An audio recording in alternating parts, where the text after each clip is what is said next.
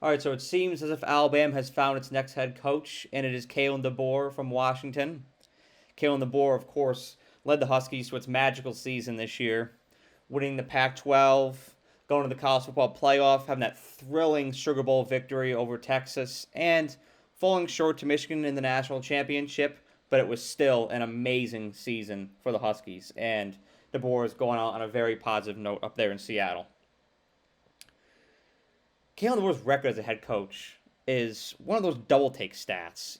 Somebody will say it and turn your head like, what? He's what? Yeah, Kalen DeBoer's record as a head coach, he is 104-12. I didn't stutter. 104-12.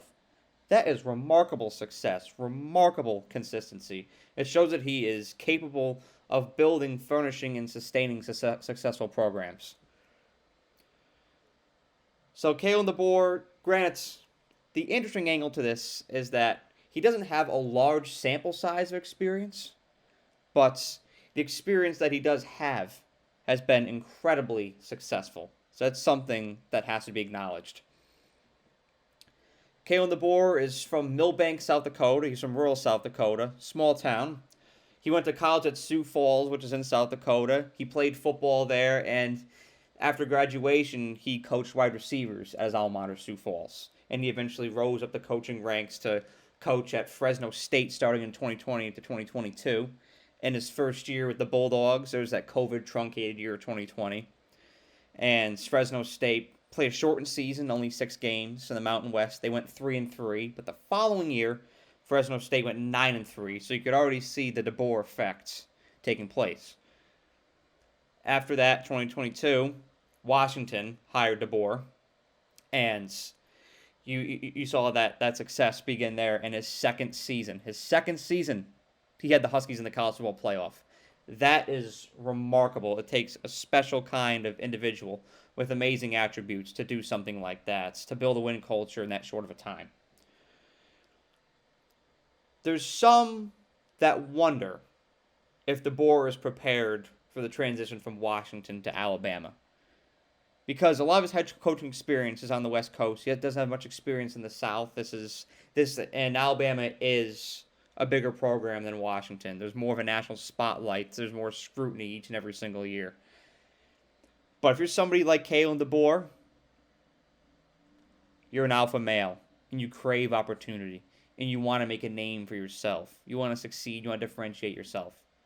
You embrace that opportunity, and you embrace the pressure, because pressure makes diamonds. And that's what you're going to see Kalen DeBoer do in Tuscaloosa.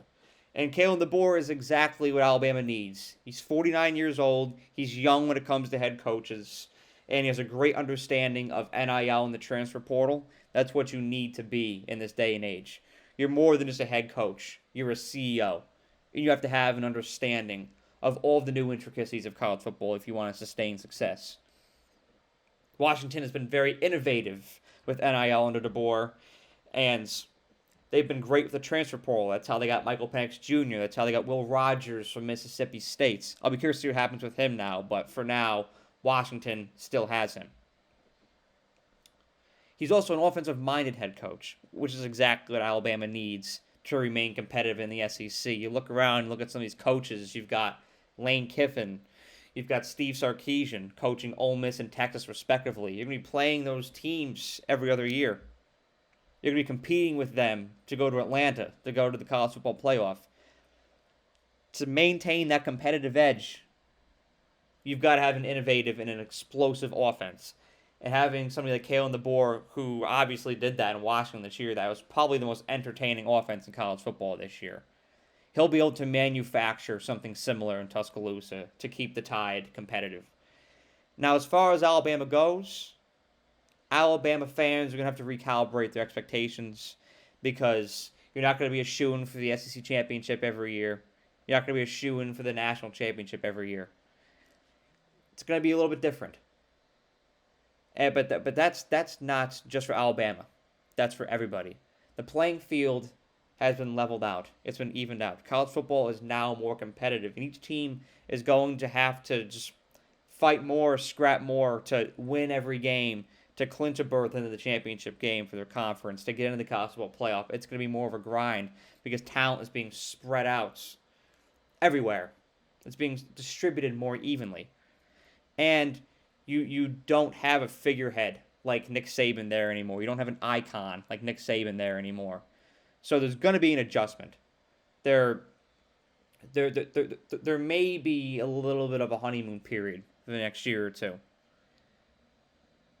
But the point that I'm trying to make is that Alabama is not going to disappear from national prominence.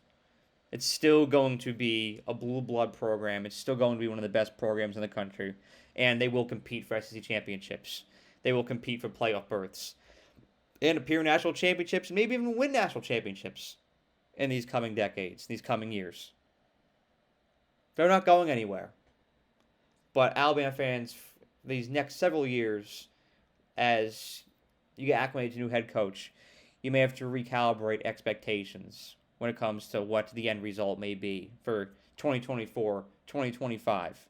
But Alabama is not going anywhere. And I must say, what a week it's been for Kalen DeBoer. Granted, Washington fell short in the national championship, but his team played a national championship. His team was in the college football playoff, and now he's Alabama's head coach. What a week. I'm very happy for Kalen DeBoer, and I think he's ready to make the most of this opportunity. And Alabama will continue to sustain success under him. Have a great day. Thank you so much for watching this video. I really appreciate you and the time that you took out of your day to watch the video. And if you enjoyed it, please be sure to like the video and share it, as well as subscribe to The Era. The more likes and subscribers I get on this channel, the more resources I can attain, and the more resources I can attain, the more value I can provide to you, the viewer. And that is how I show my appreciation for you for the time that you devote to watching my videos. So thank you so much, and have a great day.